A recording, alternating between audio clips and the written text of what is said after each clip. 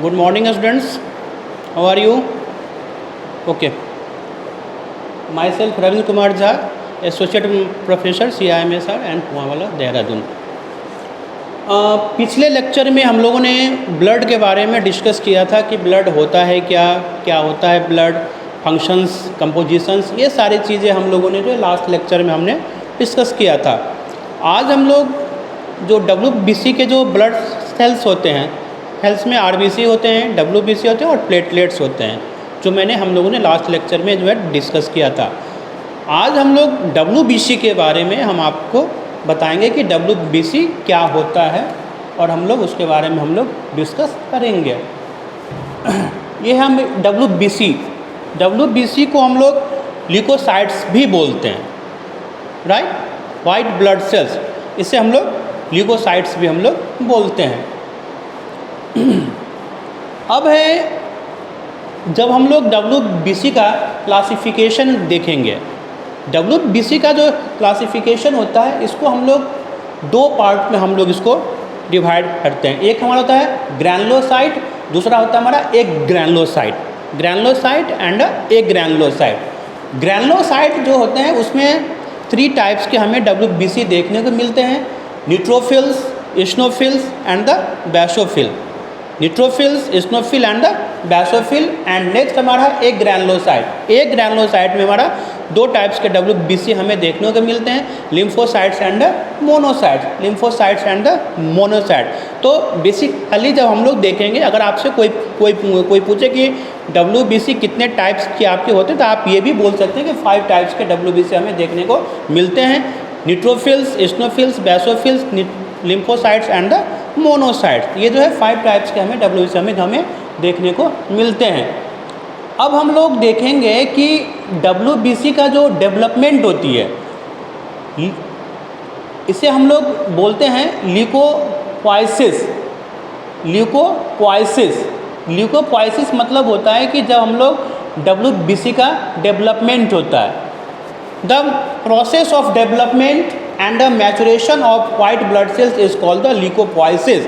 Leuco मतलब क्या, WBC, means formation, यानी जब WBC का जो है आपका डेवलपमेंट होगा और उसका मैचुरेशन होगा, उसे हम लोग बोलते हैं ल्यूकोपोइसिस।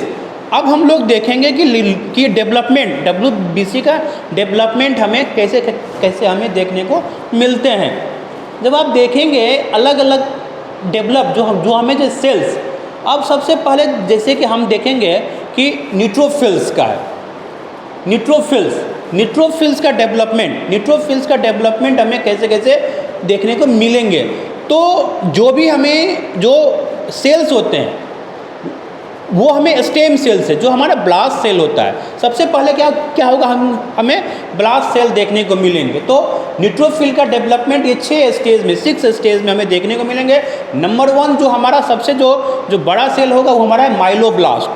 यहाँ से जो है WBC का यानी न्यूट्रोफिल का डेवलपमेंट हमें देखने को मिलेगा, माइलोब्लास्ट। सेकेंड स्टेज हमारा है प्रोमाइलोसाइट, थर्ड स्टेज हमारा है myelocyte and metamyelocyte, band forms and last में जो हमारा बन रहा है वो हमारा है mature neutrophil.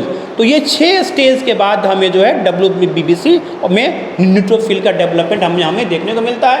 Myeloblast, promyelocyte, myelocyte, metamyelocyte, band form and the mature neutrophils, ये हमें देखने को मिलते हैं। ये आप यहाँ पे इसका डायग्राम्स जो है अच्छे से आप देख सकते हैं।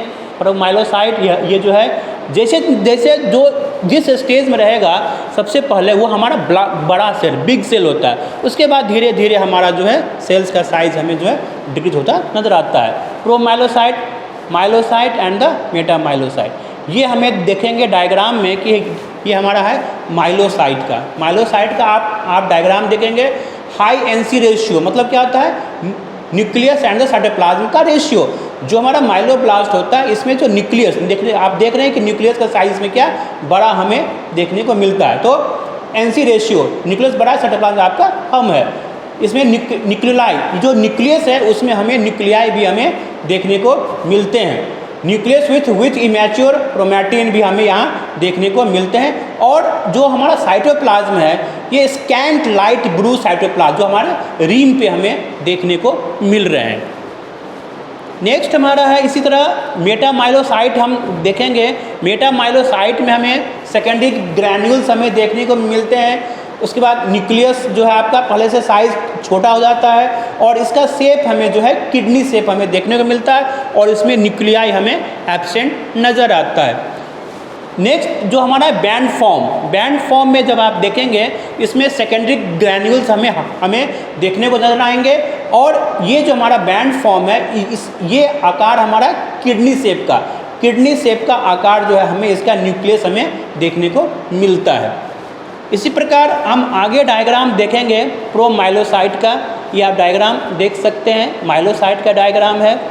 इसमें आपका एनसी रेशियो थोड़ा सा जो है न्यूक्लियस का साइज छोटा हो रहा है और साइटोप्लाज्म थोड़ा बढ़ रहा है और इसेंट्रिक न्यूक्लियस है। इसेंट्रिक मतलब होता है वो न्यूक्लियस को जो कि आपका सेंटर में नहीं है, सेंटर से थोड़ा दूर है, उसे हम लोग बोलते हैं इसेंट्रिक न्यूक्लियस।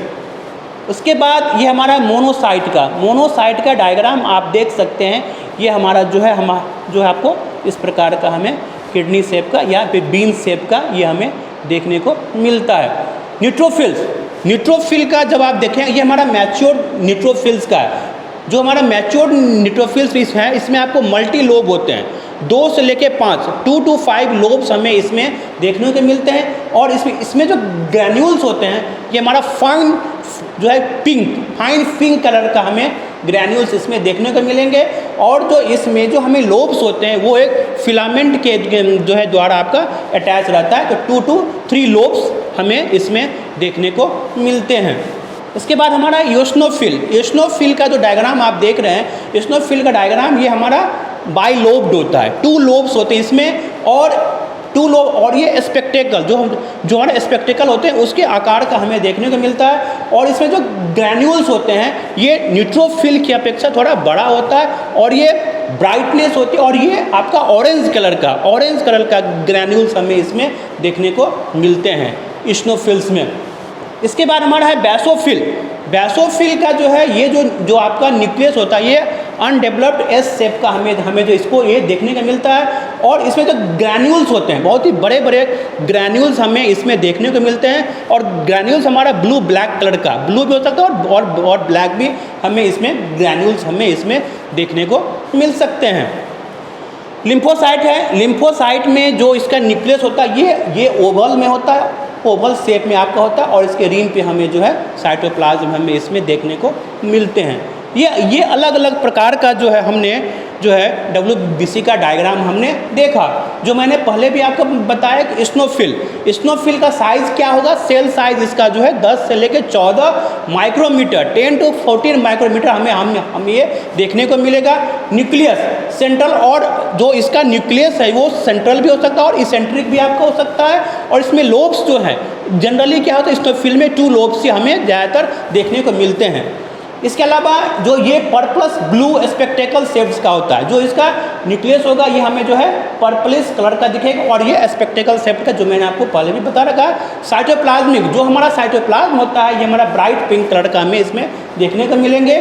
ग्रैन्यूल्स इसके बड़े बड़े ग्रैन्यूल्स होते हैं, लार्ज और कोर्स बड़े बड़े ग्रैन्यूल्स हमें इसमें देखने को मिलते हैं। इसका जो नॉर्मल वैल्यूज़ है, जो हमारा ईओसिनोफिल का जो नॉर्मल वैल्यूज होता है ये जो है 1 से लेकर 6 तक 1 to 6%। जब हम परसेंट में लेंगे तो ईओसिनोफिल का नॉर्मल वैल्यू होता है 1 to 6% और जब हम इसको एब्सोल्यूट में लेंगे, एब्सोल्यूट काउंट में करेंगे, AEC एब्सोल्यूट ईओसिनोफिल काउंट करते हैं तब इसका होता है 4 से लेके 42440 पर माइक्रोमीटर ऑफ ब्लड, यानी कि 40 से लेके 440 तक जो है हमें इसमें ये देखने को मिल सकता है।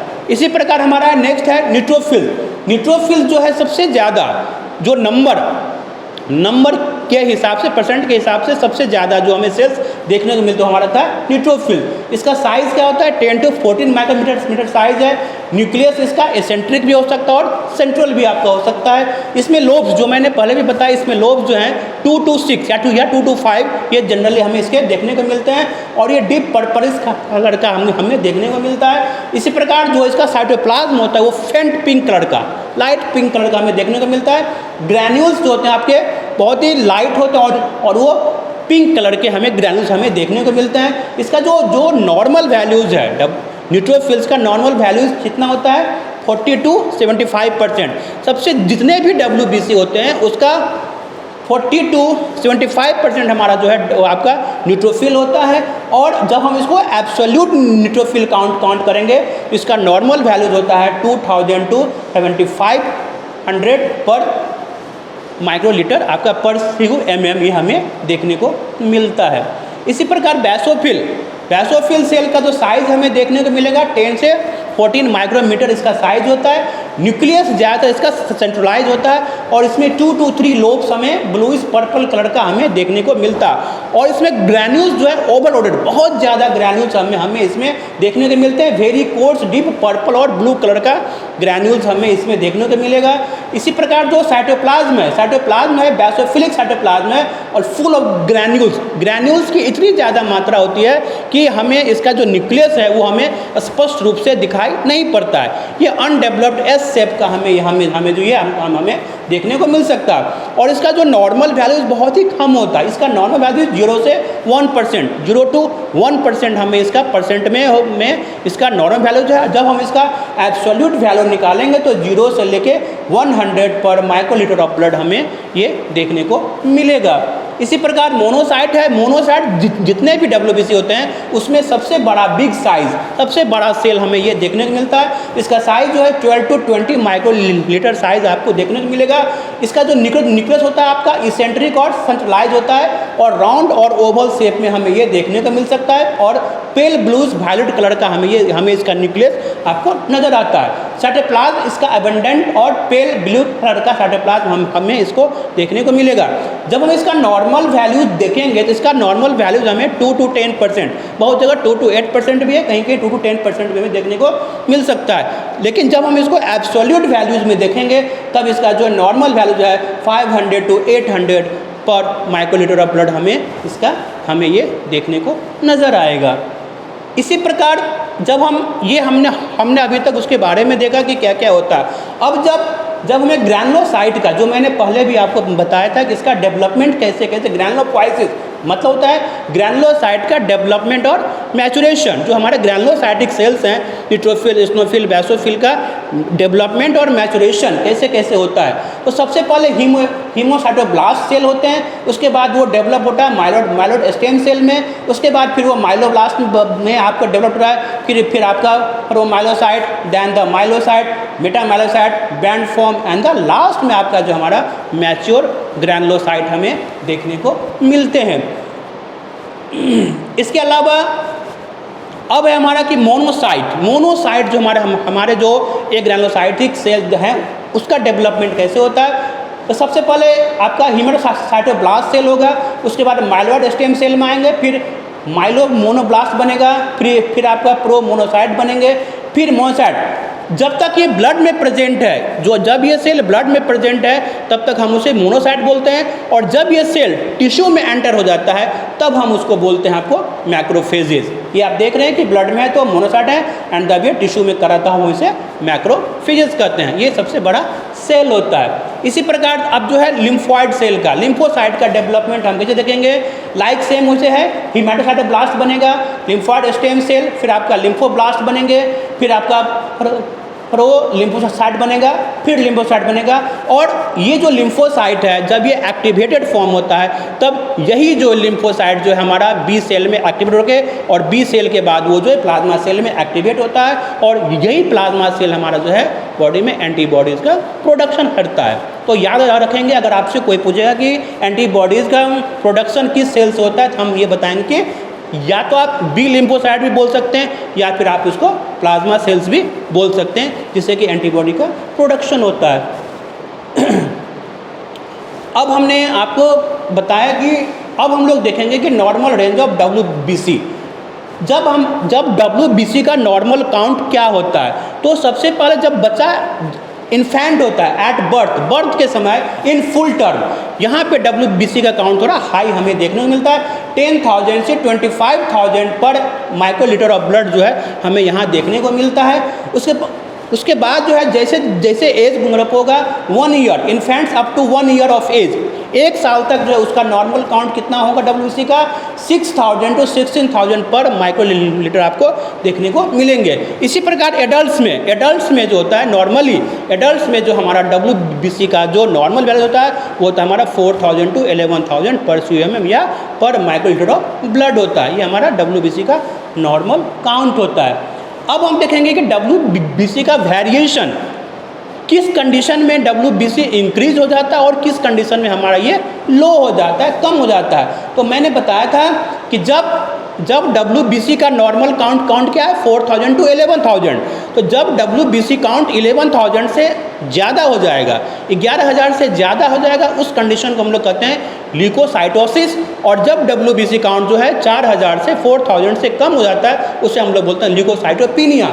तो हम यहाँ देखेंगे कि किस किस कंडीशन में, 2 तरह के कंडीशन हमें देखने को मिलते हैं। एक हमारा फिजियोलॉजिकल कंडीशन, दूसरा हमारा पैथोलॉजिकल कंडीशन। किस कंडीशन में हमारा WBC इंक्रीज कर रहा है। सबसे पहले हम लोग देखेंगे फिजियोलॉजिकल कंडीशन, जहाँ कोई डिजीज नहीं है फिर भी हमारा WBC काउंट क्या हो रहा है, इंक्रीज हो रहा है। तो किस कंडीशन में हमें बढ़ रहे हैं, सबसे पहले एज के अनुसार पे जो हमारा जो है WBC काउंट आपका बढ़ेगा। जो आपके एट फुल टर्म होते हैं, इन्फेंट्स होते हैं, इनमें WBC काउंट क्या होता है हमारा इंक्रीज रहता है। इसी प्रकार एक्सरसाइज, जब कोई पर्सन हैवी एक्सरसाइज करता है उस समय जो हमें WBC का काउंट हमें ज़्यादा देखने को मिलेंगे। मेंटल स्ट्रेस के टाइम भी के कंडीशन में भी हमें जो है WBC काउंट हमें ज़्यादा मिलेगा। प्रेगनेंसी के टाइम में भी WBC काउंट आपका इंक्रीज होता है। उसके बाद आफ्टर फूड इंटेक, खाना खाने के बाद भी अगर आप टेस्ट करते हैं तो WBC काउंट आपका इंक्रीज होगा। इसके अलावा जो है ऑफ लो टेम्परेचर, कभी जो है एक्सपोजर लो टेम्परेचर के एक्सपोजर में भी हमें जो है WBC काउंट आपको कोल्ड कंडीशन में आपको जो है यहाँ भी आपको WBC ज़्यादा हमें देखने को मिलेगा। तो ये सारे फिजियोलॉजिकल कंडीशन में हैं जिसमें कि हमें WBC काउंट आपको ज़्यादा देखने को मिलेगा। दूसरा कंडीशन है पैथोलॉजिकल कंडीशन, जब कोई डिजीज़ है, किसी कंडीशन में इन्फेक्शन है, वहाँ पे हमें जो है WBC काउंट आपको किस किस कंडीशन दिखेगा। सबसे पहला होता है acute bacterial infection, pyogenic infection. कोई भी पायोजेनिक एक्यूट इन्फेक्शन होगा उसमें हमें WBC काउंट आपको हाई नज़र आएगा। इसके अलावा बर्न्स, जल जाने पे बर्न्स के समय भी हमें WBC काउंट ज़्यादा मिलेगा। Post operative period, post operation के बाद के पीरियड में हमें इसमें देखने को मिल सकता है। ट्यूबरक्लोसिस के टाइम और ग्लैंडुलर फीवर, इन सभी स्टेजेस में, इन सभी कंडीशन में हमें WBC काउंट क्या दिखेगा, हमें ज़्यादा हमें देखने को मिलेगा। अब नेक्स्ट स्टेज है कि ल्यूकोपीनिया, मतलब WBC काउंट क्या होता है 4000 से कम हो रहा है, लो हो रहा है, उसको हम लोग बोलते हैं leucopenia. Infections bye non pyogenic organism, यानी जो पास का पायोजेनिक बैक्टीरिया नहीं है उनसे जो होगा इन्फेक्शन, लाइक अ टाइफाइड फीवर में याद रखेंगे, टाइफाइड फीवर में ये भी इन्फेक्शन है लेकिन जो है इसमें WBC काउंट क्या हो रहा है हमारा लो हो रहा है, कम हो रहा है। इसी प्रकार कुछ वायरल इन्फेक्शन है वहाँ भी हमें कम देखने को मिलते हैं, like influenza, smallpox, mumps, इन सभी वायरल इन्फेक्शंस में हमें WBC जो है कम देखने को मिलेगा। इसी प्रकार प्रोटोजुअल इन्फेक्शन, प्रोटोजुअल पैरासाइट में हमें WBC काउंट कम देखने को मिलेगा। इसी प्रकार स्टारवेशन और मैल न्यूट्रिशन, जब आप फास्टिंग कंडीशन में, स्टारवेशन कंडीशन में और अगर आप मैल न्यूट्रिस्ड हैं, कुपोषित हैं, तो उसमें भी आपको WBC काउंट कम देखने को मिलेगा।